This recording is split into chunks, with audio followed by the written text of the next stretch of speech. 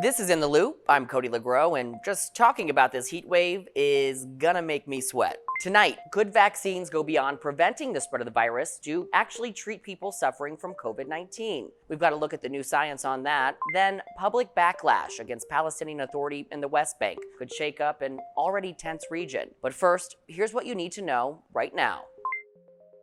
Rescuers continue to dig through the rubble in Surfside, Florida. Authorities say it is still a search and rescue operation, but no one has been found alive since hours after the building's collapse last Thursday. A vigil was held Monday evening for the victims, and about 150 people are still missing. You know, when somebody's missing in action in the military, you're missing until you're found, and we don't stop the search.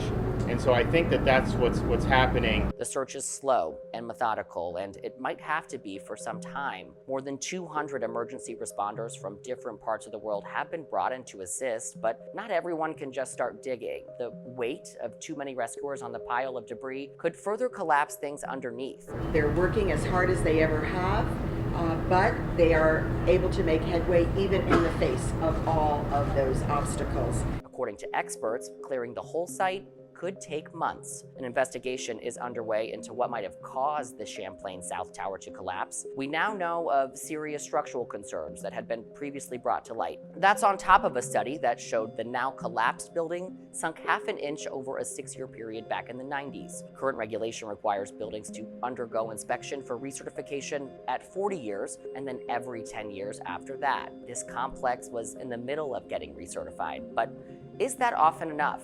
One expert Newsy spoke to believes certain high-rise buildings exposed to climate risks and natural events like the frequent wet storms and salty air found in South Florida should be inspected more frequently.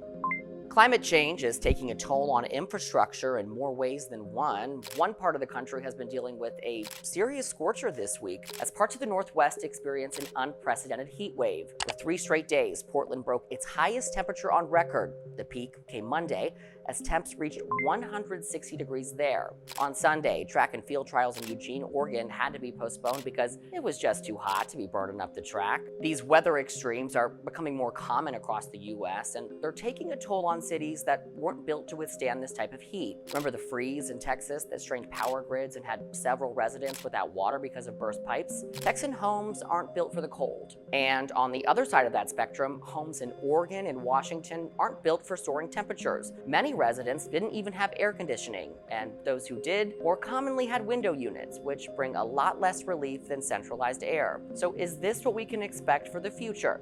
Not to be grim, but with average temperatures on the rise year to year and decade to decade, it seems yes. 19 of the 20 hottest years ever measured have been in the last 20 years. Last year was the hottest of all. The last 7 have been the hottest of all.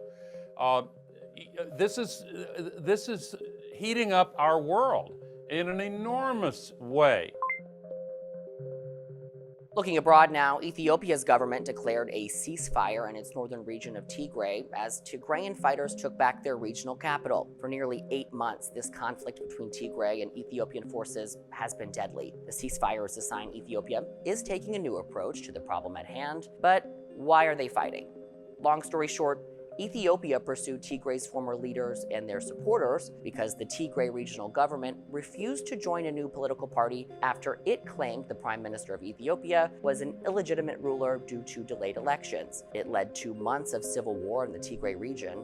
In April, Newsy partnered with Bellingcat and the BBC to shed light on the mass killing of civilians in Tigray, highlighting potential war crimes with Ethiopia's military as the prime suspect.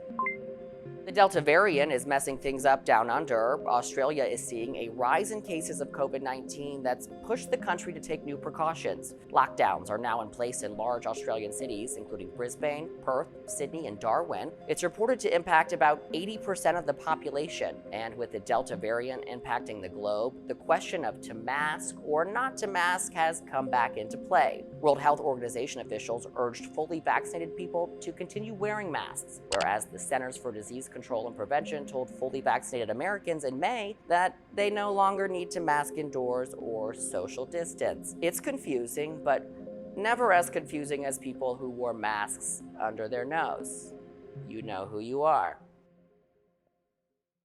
So imagine catching COVID-19 at the start of the pandemic and still dealing with symptoms today. That's the reality for those living with long-haul COVID, and treating it is tricky because doctors are still learning what to do. Newsy's Lindsay Thies went to one of the first comprehensive COVID centers in the U.S. to learn how to improve life for long haulers. 28-year-old Aurora Gabriel's been dealing with long-haul COVID symptoms for more than a year. I would work out for 20 minutes and be wiped out, feel like I wanted to throw up or pass out. Early research shows for some long haulers, a COVID vaccine could ease symptoms. About 40% of the recipients are feeling better, whereas about 15% of the people are feeling worse. Yale immunobiology professor Akiko Iwasaki's team looked at vaccinated long haulers 6 and 12 weeks post-vaccine, looking at immune responses in blood and saliva. It's possible that the vaccine is helping people because it's inducing robust immune response that can clear the viral reservoir. Doctors Newsy spoke with say they're still waiting for more proof before telling their patients that a COVID vaccine may lessen symptoms like shortness of breath or brain fog. Hi, how are you? Right now, all they can do is look at the symptoms and patterns in patients and try drugs typically used for other illnesses for that. The data is still very, very preliminary on what the impact of the vaccine is on long COVID symptoms. Anecdotally, when I see individuals who are having both experiences, I have maybe 30% of people who say they had no difference when they get the vaccine. Aurora Gabriel was one of those no difference folks. So far, the only thing helping her get better? Time. I think the worst of the worst already happened.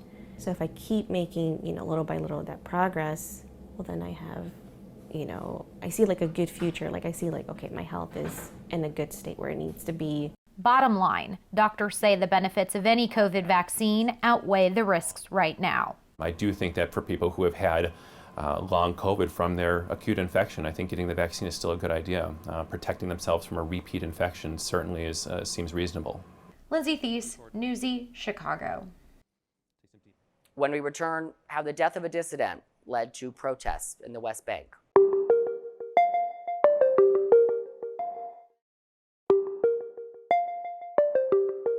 A popular Palestinian activist, Nizar Banat, died in police custody, and now thousands of protesters are rallying against the Palestinian Authority in the West Bank. Newsy's Ben Shamiso explains what the death of a dissident means for the Palestinian government and those who continue to speak out against it. Public anger is rising in the West Bank, not against Israel, but against the Palestinian Authority, or PA.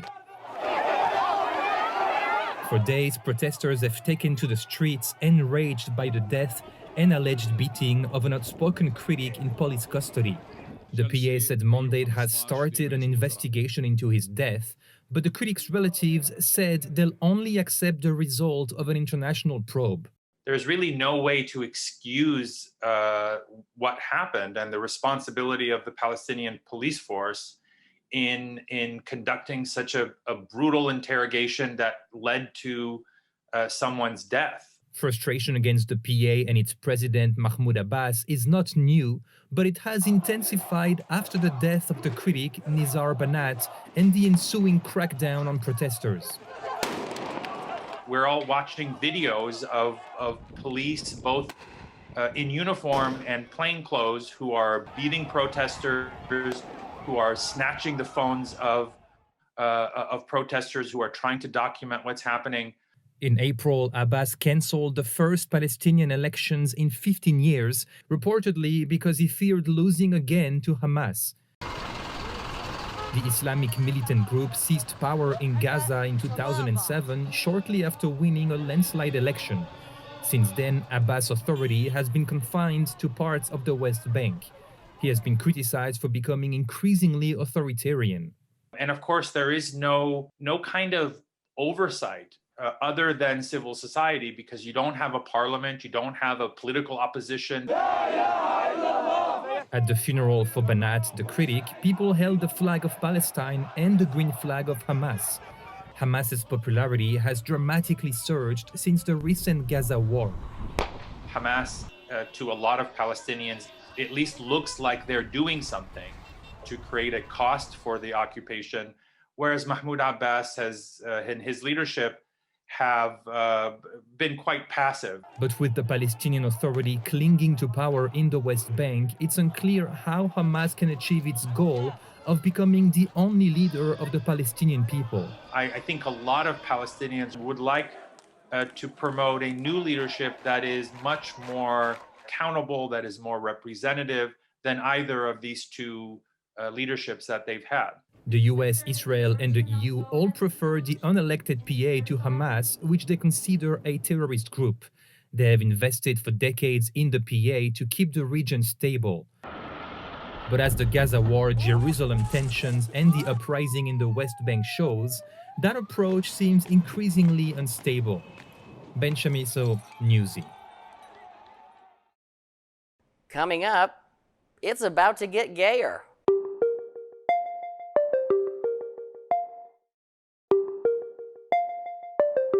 Somewhere over the rainbow, pride flags fly. Okay, the iconic rainbow pride flag is a symbol of support for the LGBTQ+ community, and its history is as rich as its color palette. Newsy's Casey Mendoza shows us how these colors came to be. You already know what this flag stands for. It's one of the most recognizable symbols in the entire world, on par with the American flag and the recycling symbol. And especially during Pride Month, it is everywhere. It is unsurpassed as a global icon in terms of something that stands for hope and diversity as opposed to a product being sold or a country. It is a global symbol. But this flag wasn't always so ubiquitous, and its predecessors included a lavender rhinoceros, the Greek letter lambda, and the pink triangle, all of which have their own separate meanings and histories, but weren't accepted by the LGBTQ community at large. So how did we get here with the Rainbow Pride flag? Its history starts back in the 1970s with artist and activist Gilbert Baker. Gilbert had become fascinated with flags in 1976 during the bicentennial. He just suddenly thought, these things are powerful. He saw, armies marching into war under a flag, and he thought, we don't just need a new symbol, we need a flag. The very first Rainbow Pride flag was designed and handmade by Baker and a group of volunteers for the 1978 San Francisco Gay Freedom Day Parade. Originally 8 colors, the flag stripes stood for sex, life, healing, sunlight, nature, magic, serenity, and spirit. After the parade, and months later, after the assassination of San Francisco politician and gay icon Harvey Milk, demand for the rainbow flag skyrocketed. My little store in Polk Street was kind of the epicenter. Gilbert worked there, and I had access to some of the largest flag companies in the world. It was at the San Francisco-based Paramount Flag Company, where Baker worked with flag scholar James Farragon, that the rainbow pride symbol spread beyond the city, not just as a specialty item, but something that could be as readily available as the stars and stripes. It was astonishing to me at how quickly the rainbow, which truly was a flag of pride and not politics, eclipsed all the others. There was some hurdles because some of the flag companies we approached said, Jim, do you know what that flag is? And I go, yeah, I'm keenly aware of what that flag is. I need as many of them as I can get. And they go, well, we'll make it, but we won't put our label on it. Those hurdles didn't stop the Rainbow Pride flag from being flown across the country by allies, activists, and even some government buildings. Baker even worked with the ACLU to make sure anyone could freely use it. In recent years, it's also become a seasonal symbol used by brands and corporations to use during Pride Month, with activists being very watchful and vocal about whether those efforts are genuine. It's something we're very passionate about. If you're not going to live up to the principles sewn into that flag, then don't use it. And if you're just trying to sell mugs and t-shirts, we can't stop you, but we will call you up. Today, the Rainbow Pride flag has also become a mother of flags for others within the LGBTQ community, like the pink, lavender, and blue bisexual flag created by Michael Page in 1998, or the blue, pink, and white transgender flag created by Monica Helms in 1999. You should fly the flag that speaks to your soul. Even after Baker's death in 2017, his rainbow flag has continued to live on and evolve through redesigns from artists like Daniel Quasar and Amber Hikes. With black and brown stripes and the stripes of the transgender flag, the redesigns add visibility to the fact that the Pride movement was led by transgender people of color, a group that is still one of the most disenfranchised and marginalized groups in society. It's a brave thing to do, to create an image and an icon, and we totally encourage people to do it. And we're really proud that people would see the rainbow flag as an inspiration for a new flag. Keith Mendoza, Newsy, Chicago. We always love hearing from you, our cherished and loyal viewer, so tweet at us using the hashtag NewsyInTheLoop. And look, we're giving you a whole commercial break to tell us what you think. We'll be right back.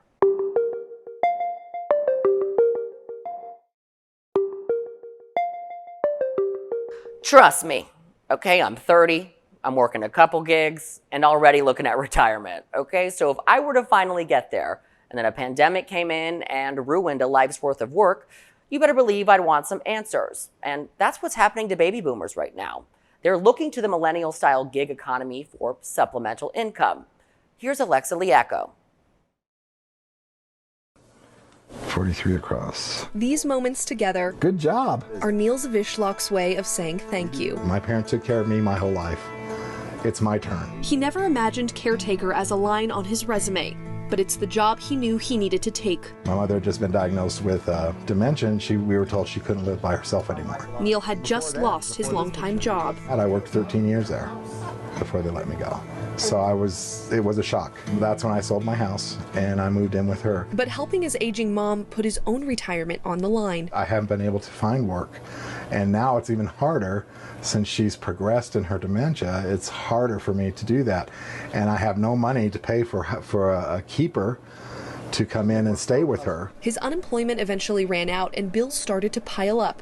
COVID-19 made the financial burden even heavier. Well, I had to cash out my retirement in order for us to live and take care of bills and take care of this home, and try to keep the upkeep on it as much as possible. So, and it's become very difficult, and now I'm scared for my future because I have no future at this point. The retirement he planned for, now a dream deferred. So my picture's changed dramatically. 15 years ago, I was on track. I was doing well. I was going to retire early. My finances were in order. And then I had to sell my home, and then my truck got repossessed, and I was trying to move here. It was all caving in on me at one time. I actually almost had a nervous breakdown. A study by Edward Jones found that 1 in 3 Americans is now delaying retirement after financial problems caused by the pandemic. And even before COVID, 61% of retirees say they wish they had done a better job of planning financially for retirement. Nearly half of baby boomers surveyed have no savings going into retirement. Hillary Simmons runs the nonprofit A Little Help and says many of the retired adults she assists are coming out of retirement just to pay the bills. This next generation of older adults are delaying retirement, are looking for supplemental income opportunities as they age, and kind of getting to that gig economy that millennials are so familiar with. So that's been an interesting trend to see. I don't know that the previous generation's older adults needed to do that. But Neil knows the choice he made to care for his mom was the right one. So you do the best you can to survive and to take care of the people you love.